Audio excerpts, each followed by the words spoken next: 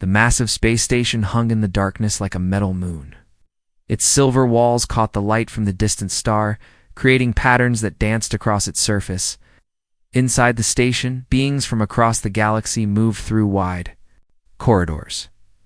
Some walked on two legs like humans. Others floated in the air or crawled on multiple limbs. But today, all of them were heading to the same place. Ambassador Jake Morrison adjusted his tie as he walked down the long hallway. His black suit was perfectly pressed, and his shoes made soft clicking sounds on the metal floor. Behind him walked Dr. Lisa Grant, carrying a datapad in her hands. Her brown hair was pulled back in a neat bun, and she wore a simple blue dress that reached her knees. Next to her, Commander Rick Torres kept pace in his dark military uniform. His eyes moved, constantly watching everything around them. "Remember," Jake said quietly, "we smile, we nod, and we agree to whatever keeps the peace. That's how we've done things for 15 years. Lisa looked at her datapad. Zephyrians have been pushing harder lately. They want us to reduce our fleet size by 60%. And the Nexari want to limit our trade routes," Rick added. His voice was calm, but his jaw was tight. "They say we're expanding too fast." Jake nodded. "Let them think what they want. We're here to keep things smooth." They reached the great doors of the council chamber. The doors were 30 feet tall and made of some blue metal that seemed to glow from within. Dogart stood. On either side, one was a Vorthok, tall and thin with gray skin that looked like stone. The other was a Nexari, shorter but wider, with 4 arms and silver eyes that never seemed to blink. "Human delegation," Jake said with a smile. "We're here. For the morning session?" The Vorthok guard looked down at them with what might have been disgust. "You may enter," he said in a voice like grinding rocks. The doors opened with a deep humming sound. Inside, the council chamber was huge. The ceiling was so high that it disappeared into darkness. Round the circular room, seats were arranged, in rows going up like stairs. Each section belonged to a different species. The human section was small, with only 5 seats. Other sections had dozens. Jake led his team to their seats. As they sat down, he could feel eyes watching them from all around the room. Most of the looks were not friendly. In the center of the room stood a tall platform. On it sat 3 massive chairs. These belonged to the 3 most powerful species in the galaxy. Zephyrians, the Nexari, and the Vorthok had ruled the council. For over 1,000 years, Counselor Vextar of the Zephyrians was the first to speak. He was tall and thin, with blue skin and eyes like black holes. When he stood, his long robes flowed around him like water. "We begin today's session," he said. His voice filled the entire chamber without any need for speakers. "The first matter concerns the expansion of certain newer species." Jake felt his stomach tighten. When they said newer species, everyone knew they meant humans. "Some species," Vextar continued, "have been growing their territories too quickly. They build colonies on worlds without asking permission. They send their ships into space that belongs to others." Murmurs filled the chamber. Jake could hear some beings clicking or hissing what sounded like agreement. Counselor Thekmar of the Vorthok stood next. He was even taller than Vextar, with skin like gray stone and eyes that glowed red. "These young species do not understand the old ways. They think they can take what they want without consequence." Finally, Counselor Zixani of the Nexori rose. She had 4 arms and silver skin that reflected the chamber's lights. "We have been patient, but patience has limits." Jake stood slowly. According to council rules, he had the right to speak. Around the chamber, beings turned to look at him. Some leaned forward with interest, others made sounds that might have been laughter. "Honored counselors," Jake began, his voice respectful and calm. "Humanity is grateful for the guidance of the elder species. We have always tried to follow the rules set by this council." "Rules you often bend," Vextar said coldly. Jake's smile never wavered. "If we have made mistakes, we are willing to learn. Perhaps the counselors could help us understand what we have done wrong." Lisa leaned forward, slightly in her seat.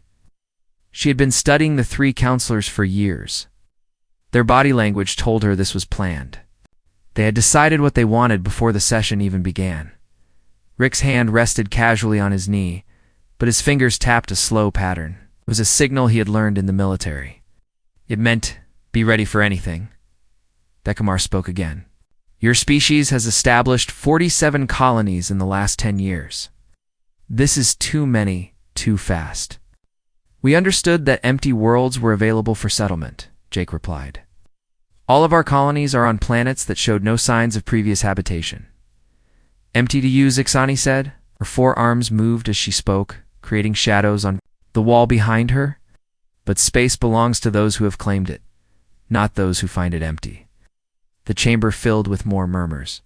Jake noticed that most of them sounded approving. The smaller species that filled the outer seats rarely spoke during these sessions. They had learned long ago that disagreeing with the three counselors was dangerous. What would the council have us do? Jake asked. Vexter smiled, showing teeth that were too sharp for comfort. We will discuss specific requirements. But first, let us address another matter. Your military ships have been seen in many systems. Why does a peaceful species need so many weapons? Jake felt Rick tense beside him, but the commander's face showed nothing. Our ships protect our trade routes and colonies. Surely the council understands the need for basic security. Security from what? Dekmar asked. The galaxy has been at peace for 300 years. Peace maintained by cooperation, Jake said carefully. We simply wish to protect what is ours. What is yours? Ixani repeated. Young species often confuse what they want with what they deserve. The words hung in the air like a threat. Jake felt something cold settle in his stomach. This was not just about colonies or ships. This was about power and humanity's place in the galaxy.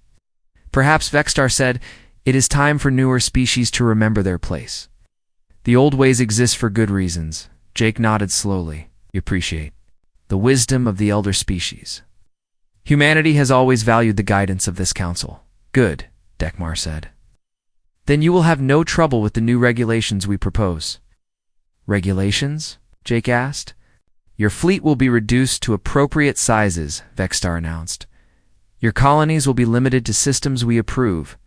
Your trade will follow routes that do not interfere with established powers. Around the chamber, the smaller species watched.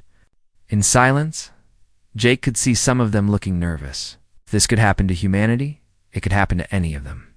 We would need to study any such proposals carefully, Jake said. His voice remained calm and respectful. Of course, Ixani said. Take all the time you need. The vote will be tomorrow. Tomorrow? Jake felt his smile grow a little wider. We're giving humanity less than 24 hours to respond to rules that would essentially make them slaves. Thank you for your patience with us, Jake said. We will give these matters the consideration they deserve. As the session ended and beings began to file out of the chamber, Lisa leaned close to Jake.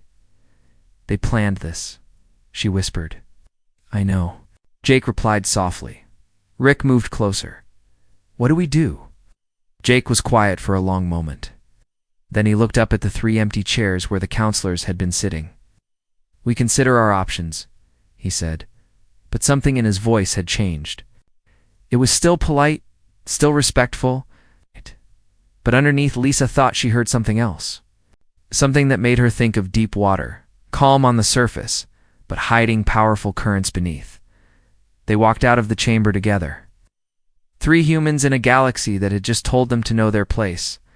None of the aliens noticed that. Jake's smile had become something different. Something that would have worried them if they had been wise enough to pay attention. The human quarters on the station were small, but comfortable. Jake Morrison sat at a metal desk, reading through pages of documents on his tablet. The numbers made his head hurt. The 3 counselors wanted to cut human space fleets by 70%, not 60% like they had said in public. They wanted to close 15 colonies completely. They wanted to take control of all human trade with other species. Lisa Grant paced back and forth across the narrow room. Her heels clicked on the floor with each step. This isn't just about making us smaller, she said. Look at these mineral reports. She handed Jake her data pad. On the screen were maps of human colonies. Red dots marked the ones the counselors wanted closed. New Denver has the largest titanium deposits we've ever found, Lisa continued. Colony 7 sits on rare earth metals worth trillions of credits. Madison Prime has the only known source of quantum crystals in this sector. Jake studied the maps. They want our richest worlds. All of them, Lisa said. Every colony they want to close has something valuable. This isn't about us expanding too fast. This is about taking what we've found. Rick Torres entered the room without knocking. His face was grim. We have bigger problems, he said. He activated a wall screen. Images appeared showing the wreckage of spacecraft floating in space. The ships were twisted metal and broken glass. Merchant vessel Lucky Star disappeared 3 days ago near Nexari Space, Rick said. We found the remains this morning. 15 crew members. All dead.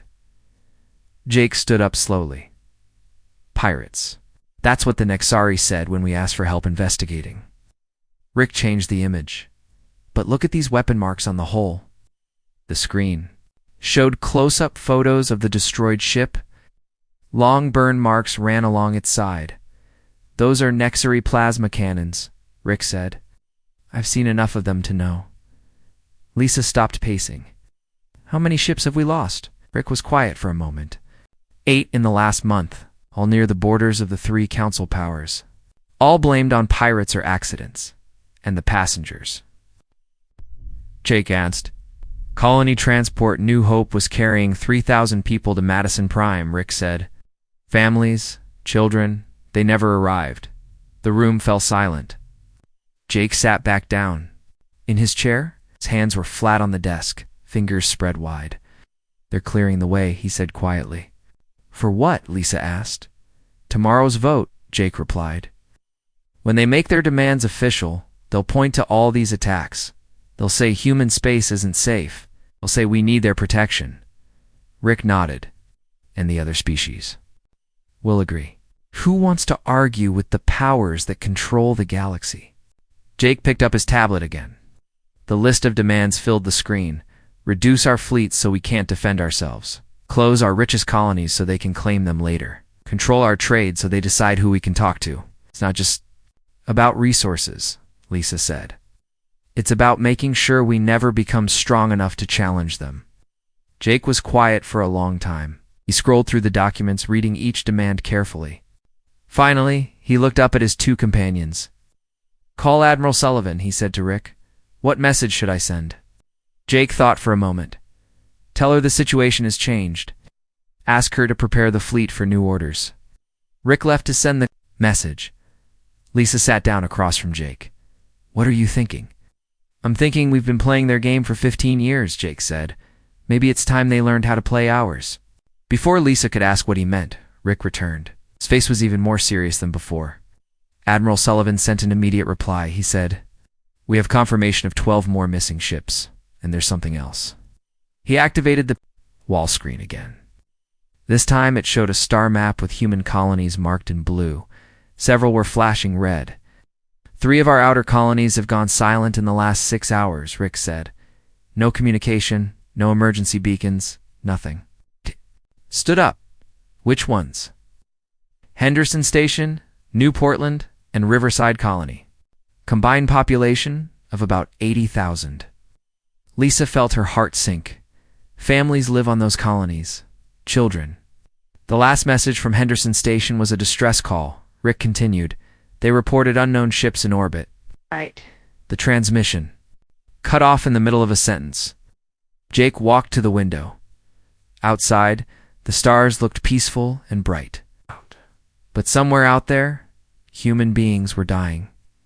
Any response from the council? He asked. I sent emergency requests an hour ago. Rick said. No replies. They're busy, Lisa said bitterly. Planning tomorrow's vote? Jake turned back to his team. What about the other species? Smaller ones who don't have much power. I've been talking to some of their delegates, Lisa said. Quietly, they're scared, the Kelvani delegate told. They've been having the same problems. Ships disappearing, colonies going silent. The Toran ambassador asked me yesterday if humans had any ideas about the attacks, Rick added. His people have lost 4 trade ships in 2 weeks. Jake nodded.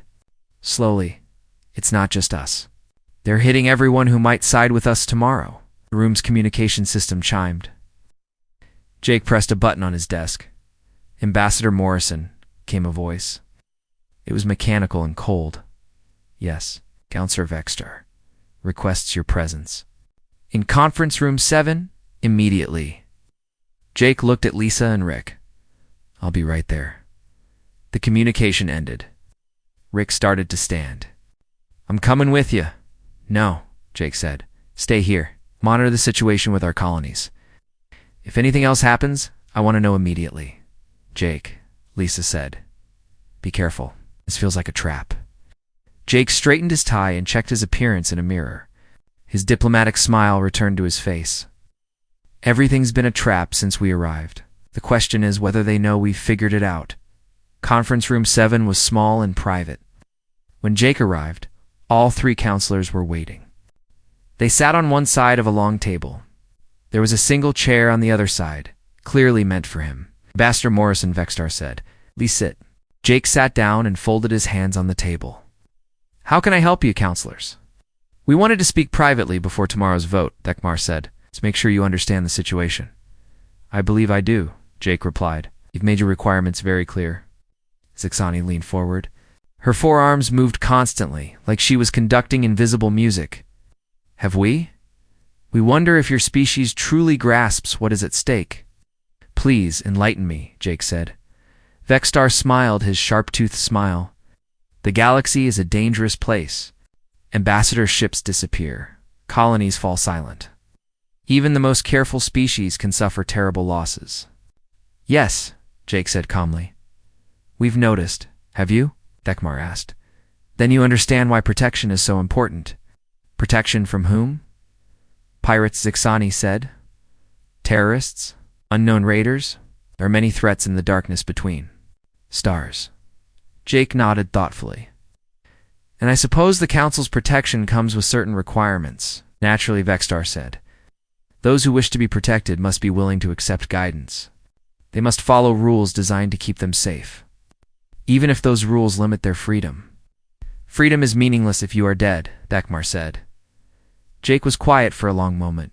He looked at each of the 3 counselors in turn. They were confident, almost smug. They believed they held all the power. I understand, Jake said finally. You're offering us a choice. Exactly, Vextar said. Accept your terms, or face the dangers alone. You learn quickly, Zixani said. Jake stood up slowly. Thank you for your honesty, counselors. It helps. To know exactly where we stand. And where is that? Smar asked. Jake's smile never wavered. In a very interesting position, he walked to the door, then paused and looked back. I'll need to discuss this with my government, of course. Such important decisions require careful consideration. Of course, Vextar said. Take all the time you need until tomorrow. Jake left the conference room and walked slowly back to the human quarters. His mind was racing, but his face showed nothing but polite diplomatic concern. When he reached his rooms, Lisa and Rick were waiting with worried expressions. How did it go? Lisa asked. Jake sat down at his desk and picked up a secure communication device. They just made their final mistake, he said quietly. What do you mean? Jake began typing a message. They told me the truth. He finished typing and sent the message. Then he looked up at his team. Call Admiral Sullivan again, he said to Rick. Tell her the gloves are coming off. Jake Morrison woke up to the sound of his communication device beeping. The numbers on his bedside clock showed 3:47 in the morning, station time. He had been asleep for less than 2 hours. Morrison here, he said into the device. Jake, it's Rick. You need to get to the command center. Now. Something in Rick's voice made Jake's blood run cold. What happened? New Denver is gone. Jake was out of bed and putting on his clothes before Rick finished speaking. He ran through the empty corridors of the station, his footsteps echoing. Off the metal walls, the command center was a small room filled with screens and communication equipment. Rick and Lisa were already there, staring at one of the large displays. Show me, Jake said. Rick pressed a button. The screen filled with an image from space. Where New Denver colony should have been, there was only debris. Pieces of buildings, vehicles, and ships floated in the darkness like broken toys. The attack happened 6 hours ago, Lisa said. Her voice was shaking. It hit the evacuation ships first, then the residential areas, then the schools. Jake felt something cold settle in his chest. How many? 53,000 people, Rick said quietly. Men, women, children, families who were just trying to build new lives. Jake stared at the screen. On the debris, he could see pieces of a playground. The bright colors looked wrong against the black of space. Do we know who did it? He asked. Attack ships used Vorthok technology, Rick said. Energy weapons, shield generators, navigation systems. All of it matches their military specifications. Could it have been stolen? Lisa shook her head. The attack was too coordinated. 3 squadrons moving in perfect formation. This wasn't pirates or terrorists. This was a military operation. Jake sat down heavily in a chair. For 15 years he had played the game of diplomacy. He had smiled and nodded and made polite conversation with beings who looked down on humanity. He had accepted insults and threats because he believed peace was worth the price. Now he stared at the wreckage of a human colony and wondered. How many children had been in those schools when the bombs fell? Sir Rick said softly. There's more. Jake looked up. More. Emergency. Session of the council has been called for this morning. Councillor Dekmar wants to address the attack. What does he want to say? Lisa pulled up another screen. He's going to propose that the attack proves human space is too dangerous for humans to defend alone. He wants the council to vote on immediate protective measures. Jake read the proposal on the screen. Council would take control of all human military forces. They would relocate human populations to safer worlds under council protection. They would manage all human resources for the greater good of galactic peace. They're going to use the attack they ordered to justify enslaving us, Jake said. It gets worse, Rick said. I've been monitoring communications. Zephyrians have been talking to the smaller species all night. They're telling them that humans are too aggressive, too dangerous to be left alone. They're saying the attack on New Denver was revenge for human expansion. Jake stood up and walked to the window. Outside, the stars looked the same as they always had, beautiful and distant and cold. What about evidence? He asked. Can we prove the Vorthok did this? We have sensor data, Lisa said. Weapon signatures, ship configurations, flight patterns. But who's going to believe us? The council won't investigate their own members. Jake was quiet for a long time. He thought about the families on New Denver, thought about the children who would never grow up. He thought about the other colonies. That had gone silent, and the ships that had disappeared and all the people who had died while he played diplomat. Call Admiral Sullivan, he said finally. What message? Rick asked. Jake turned away from the window. When he looked at his team, something in his eyes had changed. The diplomatic mask was still there, but underneath it was something else. Something that had been sleeping for 15 years. Tell her that courtesy protocols are hereby suspended, Jake said. Lisa and Rick stared at him. They had heard that phrase before in classified briefings and military training sessions. Every human in the diplomatic corps knew what it meant. Jake, Lisa said carefully. Are you sure? They killed 53,000 civilians to make a political point, Jake said. His voice was calm, almost conversational. They murdered children. To prove they could? Yes, I'm sure. Rick sent the message. Within minutes, confirmation came back from Earth. 3 simple words. Message received. Acknowledged. What happens now? Lisa asked. Jake straightened his tie and checked his appearance in a mirror. His diplomatic smile returned, but it was different now, sharper somehow. Now we go to the council session, he said. And we see what Councillor Dekmar has to say about the attack.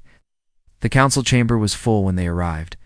Word of the New Denver attack had spread quickly, and representatives from every species wanted to hear the official response. Jake and his team took their seats in the small human section. Around them, other beings whispered and pointed. Councillor Dekmar stood at the central platform. His gray stone skin seemed to glow under the chamber's lights. When he spoke, his voice filled the entire room.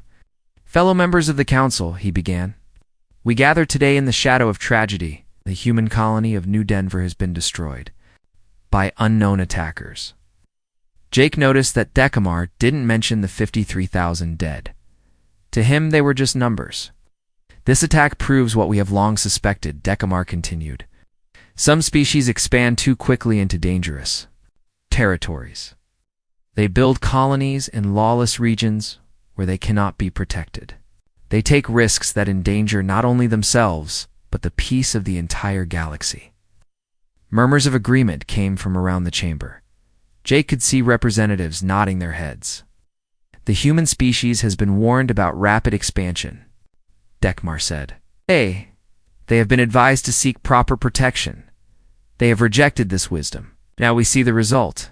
Jake felt Rick tense beside him. Lisa's hands were clenched in her lap, but Jake remained perfectly still, perfectly calm. Therefore, Decamar announced, I propose that the Council take immediate action to prevent further tragedies. Human colonies in dangerous regions must be relocated to safer worlds. Human military forces must be placed under Council supervision. Human expansion must be carefully managed to ensure galactic stability. The chamber erupted in discussion. Some species seemed to support the proposal.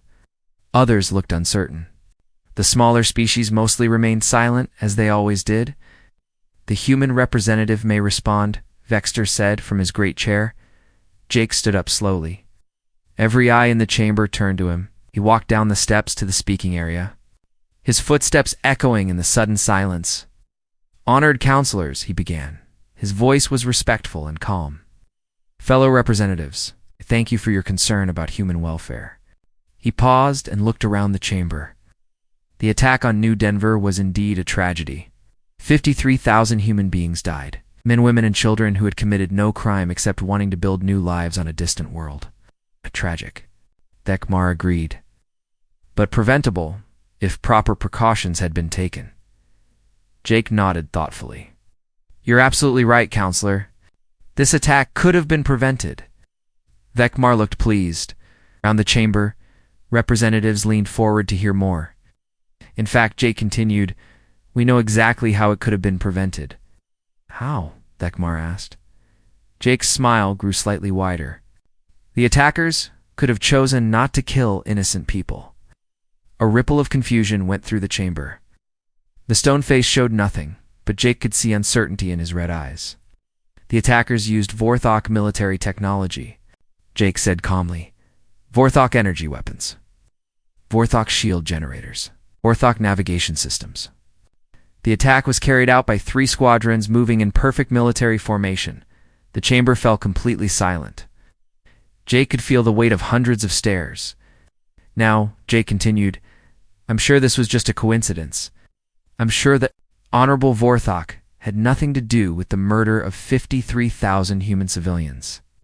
Decamar's red eyes began to glow brighter. You accuse us of this attack.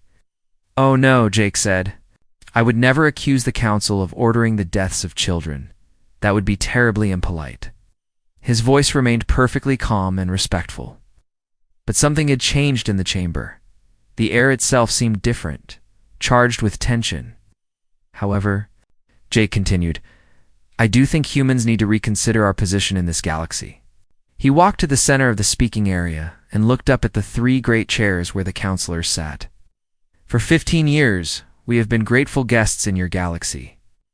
We have followed your rules, accepted your guidance, and tried to be good neighbors. We have been polite and courteous and patient. Jake's smile never wavered, but his voice dropped to almost a whisper. Perhaps it's time we stopped being so polite. He reached into his jacket and pulled out a small communication device. Without taking his eyes off the counselors, he pressed a single button.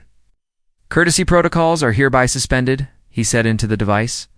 The words echoed through the silent chamber, and in that moment, every being present understood that something fundamental had just changed. The game was over.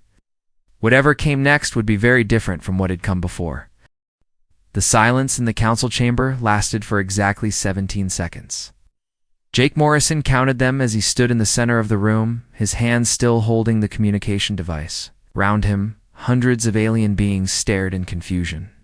And growing alarm? Then the first alarms began to sound.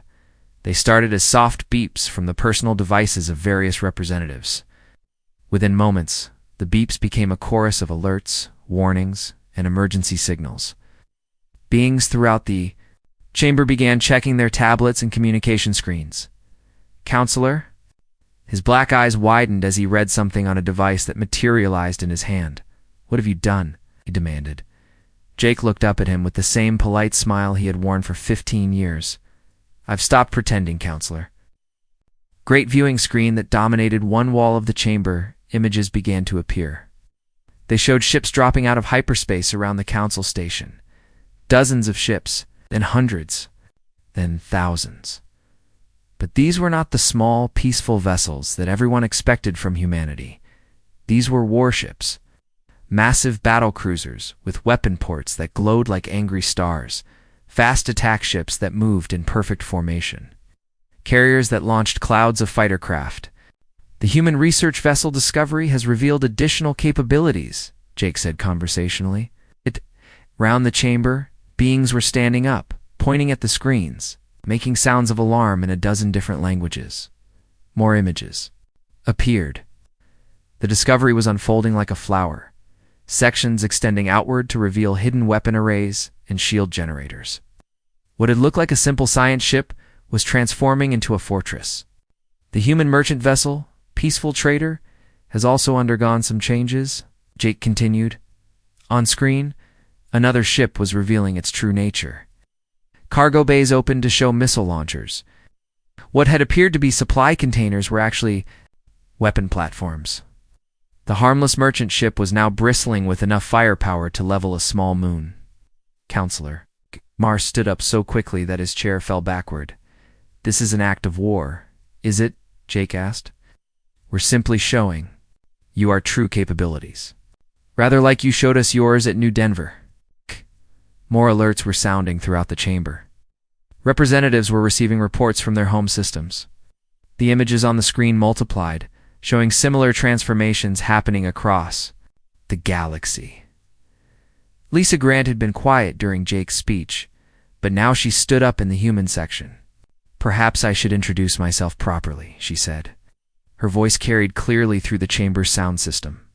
"My name is Dr. Lisa Grant.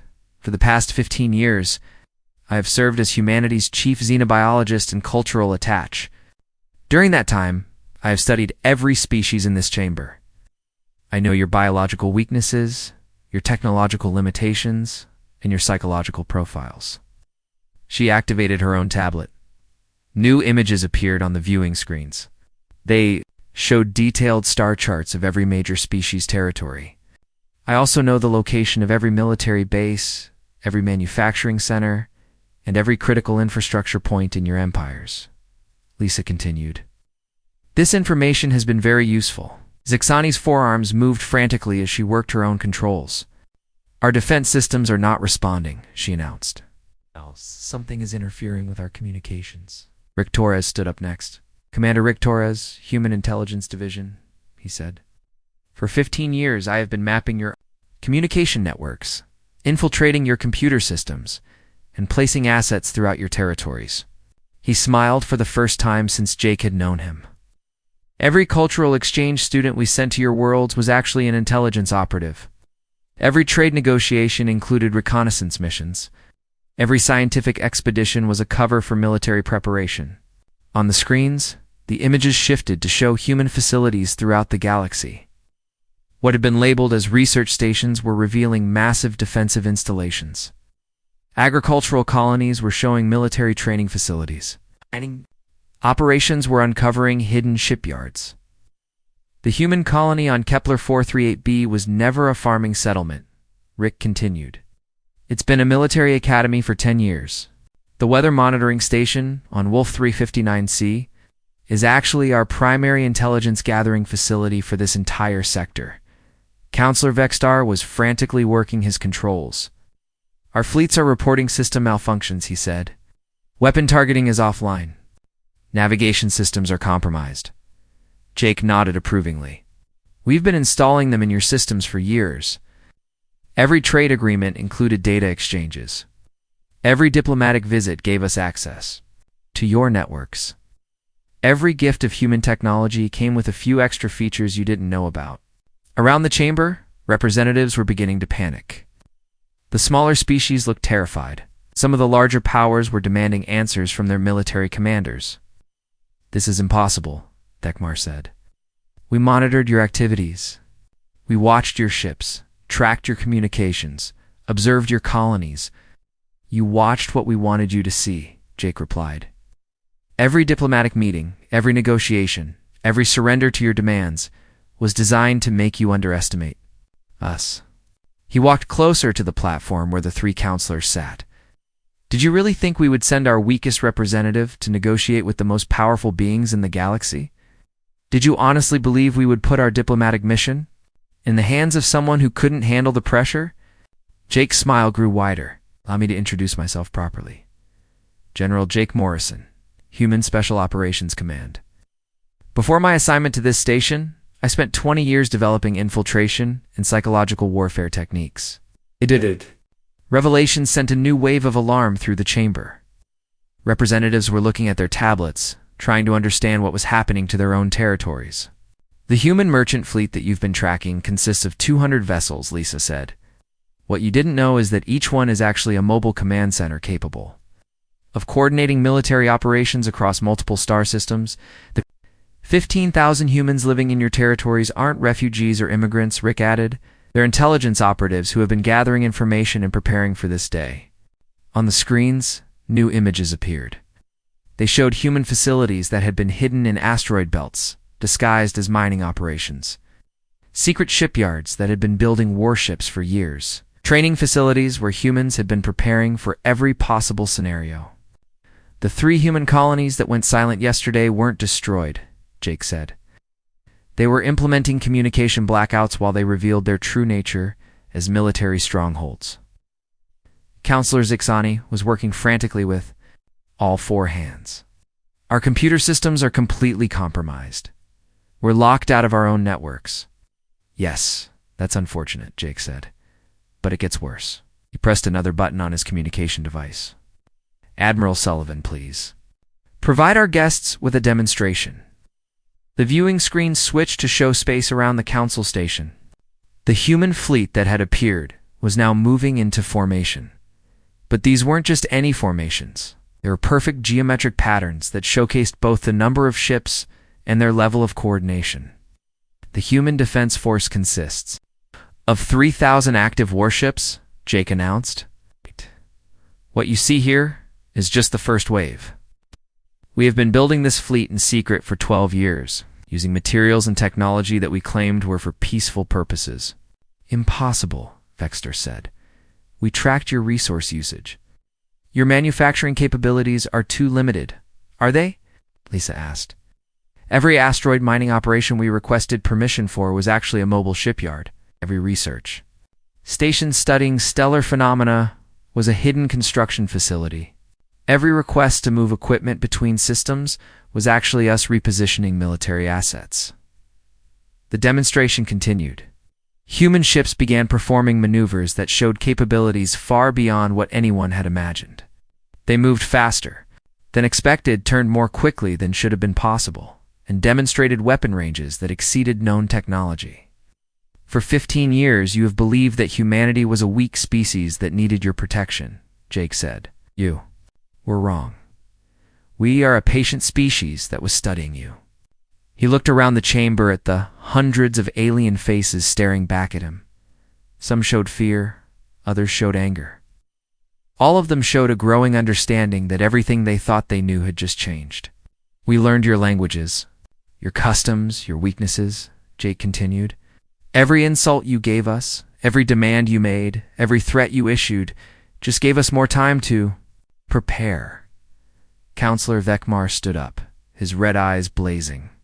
"You have violated every treaty, broken every agreement, betrayed every trust." Jake's polite smile never wavered. "Have we? I don't recall signing any treaties that required us to reveal our true military capabilities. I don't remember agreeing to remain weak for your convenience." He paused and looked directly at each of the 3 counselors. The chaos in the council chamber lasted for 30 minutes. Representatives shouted into communication devices, demanding answers from their governments. Military commanders reported system failures across the galaxy. The three dominant species discovered that their mighty fleets were helpless, locked out of their own weapon systems by human computer viruses. Through it all, Jake Morrison stood calmly in the center of the chamber, watching the galaxy's power structure collapse around him. Finally, the great doors opened. A new group entered the chamber, but these weren't the usual diplomatic escorts. They wore the blue uniforms of the Human Defense Force, and they moved with the confidence of people who knew exactly what they were doing. Leading them was a woman with short gray hair and 3 stars on her collar.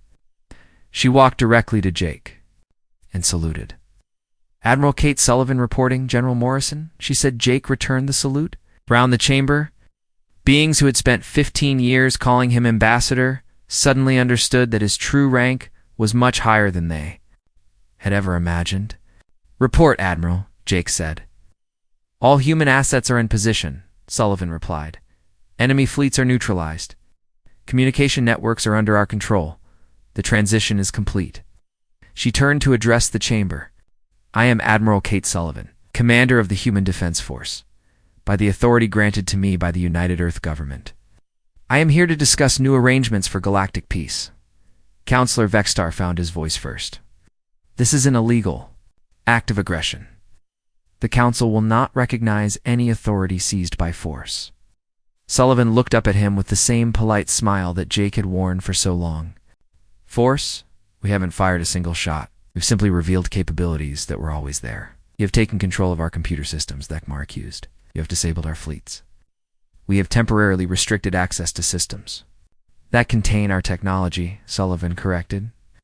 "Every computer virus, every backdoor, every hidden protocol was installed with equipment that we provided freely through trade agreements." She activated her own tablet.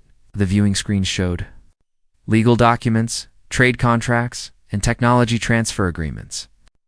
Page 47 of the Nexari Trade Agreement specifically states that any technology provided by humanity remains subject to human oversight, Sullivan continued.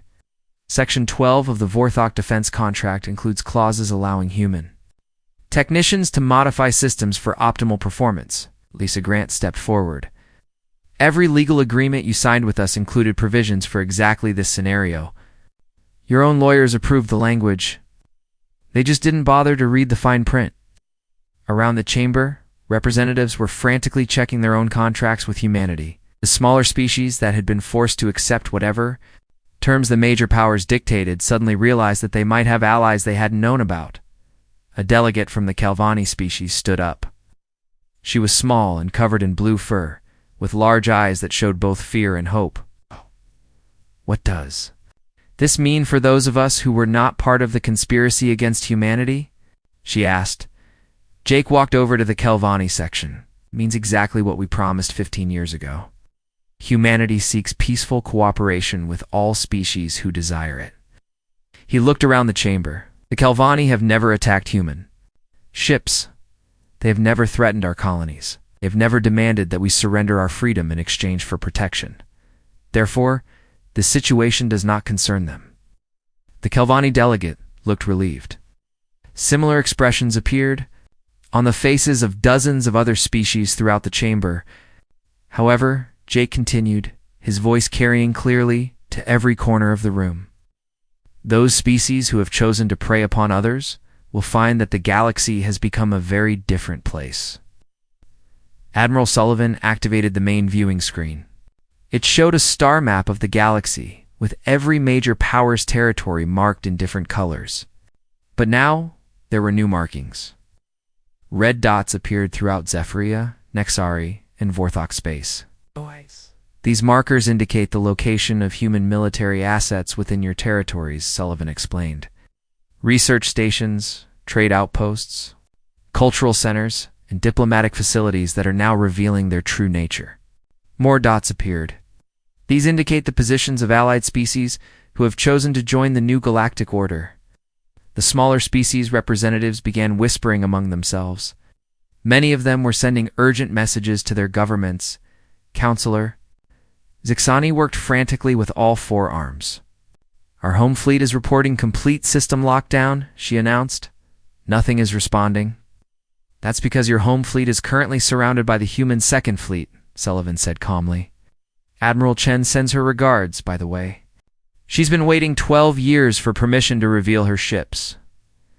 Jake returned to the center of the chamber. For 15 years, we have watched this council operate. We have seen how the strong prey upon the weak. We have observed how the three dominant species use fear and intimidation to maintain control. He looked directly at each of the three counselors. You made one critical mistake. You assumed that, because we were polite, we were weak. You confused our patience with helplessness. What do you want? Vexstar demanded. Justice, Jake replied simply. The beings responsible for the massacre at New Denver will stand trial. The species who participated in attacks on civilian ships will make reparations. The practice of using military force to intimidate smaller powers will end. And if we refuse, Dekmar asked. Jake's smile became something that would have worried them if they had been paying attention 15 years earlier. Then you will discover what humanity is capable of when we stop being courteous, he said. Admiral Sullivan stepped forward. The choice is simple. Accept the new order or be replaced by it. The galaxy is changing whether you participate or not. A new voice spoke from the entrance to the chamber. The change has already begun. Everyone turned to see another group entering. These were representatives from the smaller species, but they moved with new confidence. Leading them was Ambassador Chen Wei from the Terran Colonial Alliance, followed by delegates from over 30 different worlds. The Democratic Alliance of Free Worlds was formed this morning, Ambassador Chen announced. We represent over 100 species who choose cooperation over domination. She walked to the center of the chamber and stood beside Jake. The old council ruled through fear and oppression. The new alliance will govern through consensus and mutual respect. Our counselor Vexstar stood up, his black eyes blazing with rage. You cannot simply dissolve the council. You have ruled this galaxy for 1,000 years. You have ruled through strength, Jake corrected. Now someone stronger has arrived. This is not strength, Dekmar protested. This is trickery, deception, lies. No, Jake said quietly. This is what happens when you underestimate your opponents. For 15 years, he walked to the base of the platform where the three great chairs sat. With every opportunity to treat humanity as equals, you chose to treat us as subjects. You had every chance to work with us in peace. You chose to attack our civilians. Jake's voice remained calm, but something in his tone made every being in the chamber pay attention. You taught us that in this galaxy, only the strong survive. Congratulations, we learned that lesson very well. Admiral Sullivan activated her communication device. All human forces, this is Admiral Sullivan. Operation New Dawn is now complete. Begin implementation of the new security protocols. Around the galaxy, human ships moved into positions they had been planning for years. Old trade routes came under human protection. The old territorial boundaries were redrawn. The old system of rule by intimidation was replaced by something that had never existed in this part of space: rule by law. In the council chamber, representatives from dozens of species began the process of creating new agreements, new treaties, new relationships based on equality rather than domination. The three former powers found themselves isolated, their fleets disabled, their territories surrounded, their authority gone. They had spent 1,000 years believing they were the apex predators of the galaxy today. They learned the difference between being the strongest and being the smartest. Jake Morrison stood in the center of the chamber that had once symbolized alien supremacy over humanity. Now, it would become the birthplace of a new galactic order, one where no species would have to choose between freedom and survival. 15 years, he said to Lisa and Rick. 15 years of playing weak, so they would underestimate us. 15 years of gathering intelligence and building alliances. 15 years of waiting for them to give us justification for this moment. Lisa smiled. Do you think they finally understand? Jake looked up at the three empty chairs where the counselors had been sitting. They had left the chamber an hour ago, fleeing to try to salvage what remained of their empires. They understand that they made a mistake, Jake said. They attacked our civilians, threatened our freedom, and assumed we would submit. They learned the most important lesson in human history, which is, Rick asked. Jake's diplomatic smile returned. But now everyone in the galaxy would know what it really meant. Never mistake human courtesy for human weakness. You can be the best friends or the worst enemies you'll ever have. The choice was always yours to make.